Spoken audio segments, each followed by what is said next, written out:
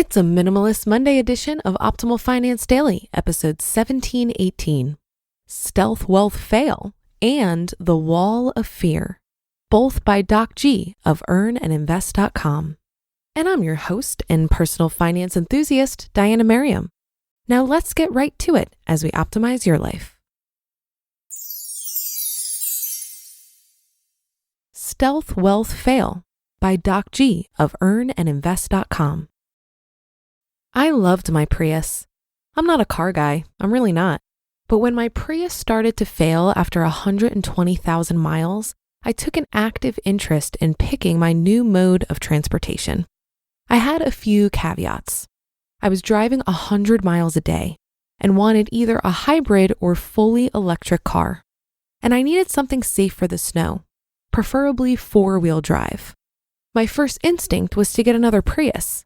In fact, a full electric model would be perfect. I loved the brand. It drove nicely. The maintenance was reasonable. I certainly liked the price. Yet I couldn't pull the trigger. My previous car would slide in the icy winter weather, and I was concerned that an accident was just a slip away. After a few weeks back and forth and a number of test drives, my wife finally piped in. "Why don't you get a Tesla?" My immediate reaction was negative. Why spend so much money on an asset that sorely depreciates? This was before I became aware of the FI community, but my mind was still in the right place. But she had a point. Teslas are super safe, available in four-wheel drive, and were the only model at the time that allowed the kind of range I was looking for. I couldn't believe what I was doing. Any doubts disappeared with the test drive. It was butter. Imagine my complete indifference to cars erased in a matter of minutes.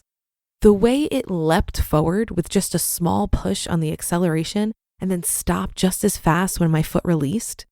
The shape, the lack of sound, the cool electronic gadgets on the inside. Intoxicated, unwittingly drugged with finesse and speed. Drunk on power and control. Mere minutes later, I was putting down the first payment and ordering a little beauty of my own. This was so unlike me. I don't wear expensive clothes or jewelry. In fact, I rarely buy anything for myself other than food and the most minimal bare necessities. It's not that I couldn't afford more. Like most of the FI community, material things just don't excite me. Stuff rarely nourishes my inner needs or brings anything more than the most transitory flecks of happiness. The Tesla arrives and everything changes. And it is everything. 2 years later, 40,000 on the odometer, and I feel a flash of pleasure every time I climb into the front seat. This non-car guy is now a car guy. It's carried me through thrashes of rain and blizzards of snow, stopping on a dime, rarely slipping. This is by far the most advanced car I've ever driven. And so the story ends, happily ever after. Or not. You see, everything changed after I pulled up in that technological beauty. Friends, family, colleagues, and associates looked at me differently. They all commented on the car. Then I was dropped from 2 lucrative directorships for no clear reason. Social situations became awkward, and I could sense a new tension with friends and neighbors. Was it the Tesla? Was I just dreaming? Maybe stealth wealth was my comfortable modus operandi, and now I felt unnecessarily exposed. It's all possible. I may never know. No matter how much I love the car, no matter how much I enjoy each place it takes me, if I had to do it over again, I wouldn't. I would have gotten another Prius. Now I have another post coming up in just a sec, but first, build your wealth, they say, invest in real estate. Sure, how hard could it be to lose sleep trying to find the best opportunity, run the numbers on every single property, then scramble to get my offer in? How much? Investing shouldn't be another full-time job. The team over at Awning is trying to change that. Awning is a real estate investing platform that really puts the passive back into passive income. They're a brokerage, just like you're used to, except they have technology superpowers to help get the most out of your investment. Awning takes in your investment goals, pairs you with a dedicated advisor, and uses some pretty incredible technology to find and surface the best opportunities for you as soon as they become available. Awning's platform shows you everything you could possibly want to know, from rental and appreciation estimates, neighborhood trends, school scores, and more. If you're looking to supercharge your investment search and want to close on better deals while investing less time, give Awning a try. Head over to awning.com/OFD to start fast-tracking your real estate investing process. That's awning.com/OFD. The Wall of Fear by Doc G of earnandinvest.com. My mother, the accountant, threw out $10 million.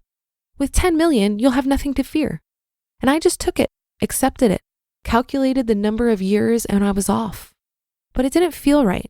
So I asked my financial advisor. A few weeks later, and after much information was solicited, I was given an 85% chance of my money lasting through retirement. He went on and on about Monte Carlo and all sorts of other rubbish, and I accepted it. See? Nothing to fear. I put my head down and went back to work. I kept saving, kept investing. But it didn't feel right. The accountant had a number, but never really asked how much I wanted to spend each month. The financial advisor asked about my spending, but refused to consider my investment in real estate in the equation. The confusion swirled, and my anxiety and fear increased at a faster rate than my net worth.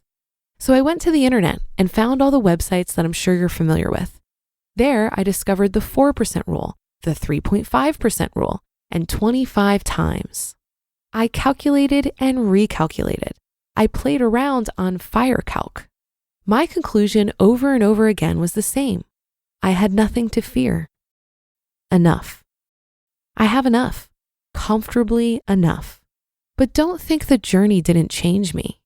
I fired my financial advisor, saved me $18,000 a year, and moved my investments to Vanguard. I canceled my life insurance policy, $3,000. My car could be charged at the local dealership, $1,000 plus free coffee. I became a master of mint. I signed up for personal capital. My life now optimized, my side hustles in place, I was ready to retire. Yet, I couldn't. It was not that I love being a doctor so much. I don't. It's something much more sinister. The wall of fear has overtaken me. I have scaled a lifetime to reach the top, but now am paralyzed by the height. How do I move forward? I have become a victim of the what ifs. What if the market crashes? What if real estate evaporates? What if I can't find healthcare? And then the more difficult questions. Am I anything outside of being a doctor? What if this is the best it gets? Will my life have lost meaning? As my mind turns, the one more year phenomenon bursts into my psyche. Next thing I know, I'm volunteering for extra shifts, more consulting. The money piles up. Maybe I should travel more, spend more time with the kids, start a blog. But then I stand atop the wall and only see a path leading down, not up. I want to keep moving up.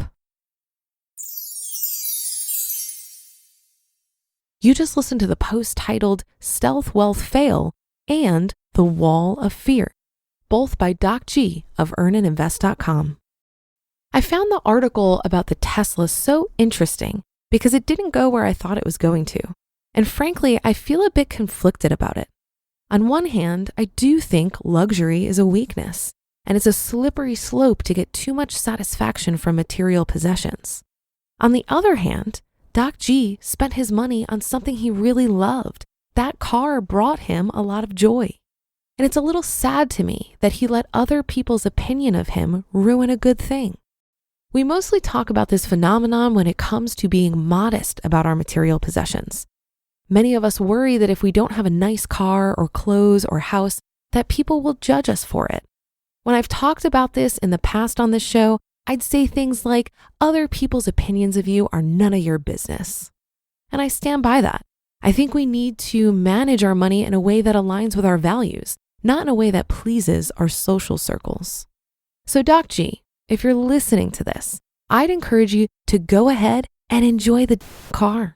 If people treat you differently for it, perhaps it's time to find some new people. Because as the famous quote goes, those who mind don't matter, and those who matter don't mind.